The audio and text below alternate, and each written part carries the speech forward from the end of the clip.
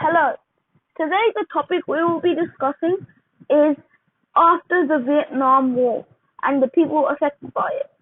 The focus of this topic is to look at the two long-term effects of the Vietnam War on Australia, which is the impact of veterans and the coming of Vietnamese refugee immigrants.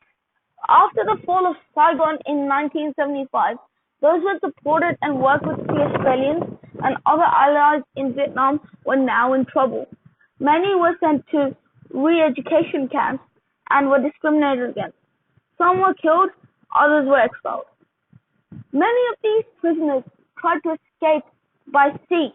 They bribed the workers and boarded boats with virtually no possessions and set to sea in sea crafts that barely carried them.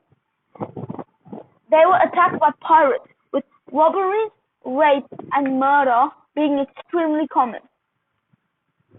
Refugees who did survive had to stay in primitive prisoner camps in Malaysia, Thailand, the Philippines, Hong Kong, and Indonesia.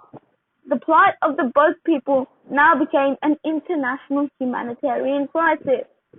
Several countries agreed to resettle as many as possible of the refugees and agreed to quotas.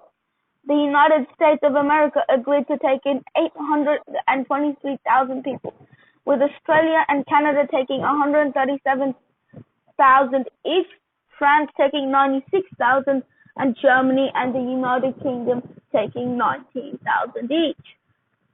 The myths of the boat people include the fact that some of the Vietnamese people came to Australia directly via the boat.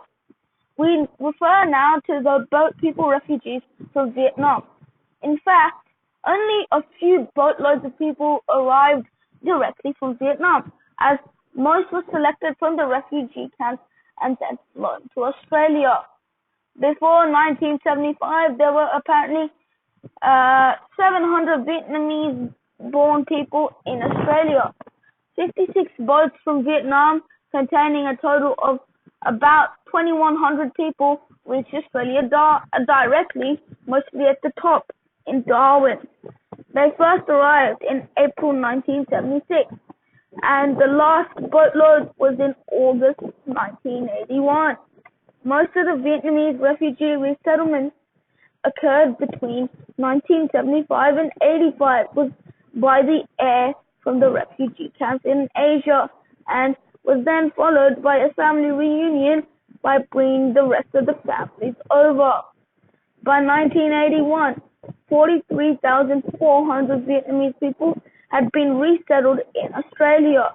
By 1991, there were 124,800 Vietnamese-born people in Australia, and in the 2001 census, 154,000 people declared themselves as Vietnam War.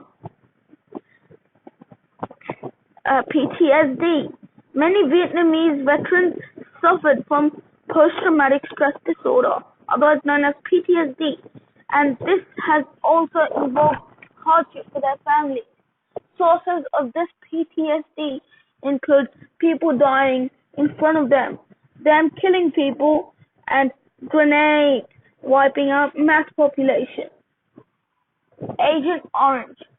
More controversially, many Vietnamese veterans believed that they were suffering from illness caused by Agent Orange, a cocktail of dioxin-based chemicals that are known to cause some cancers, as well as causing more illnesses, including some possible genetic problems.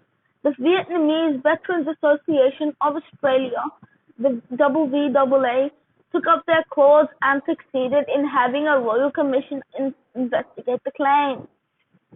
In 1984, the Royal Commission reported that there was no evidence to show that Vietnamese veterans were suffering more illnesses and deformities caused by Agent Orange than anyone else in the community.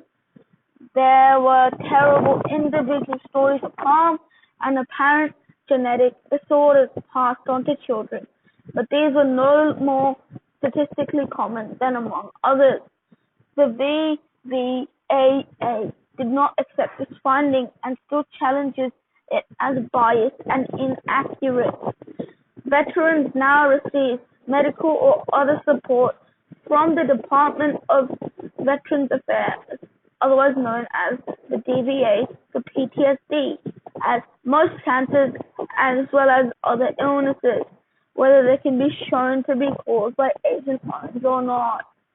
Therefore, the Vietnamese War affected both Vietnamese soldiers as well as Australian soldiers, with lots and lots of Vietnamese refugees coming to Australia. To be accurate, about 140,000. Thank you for listening.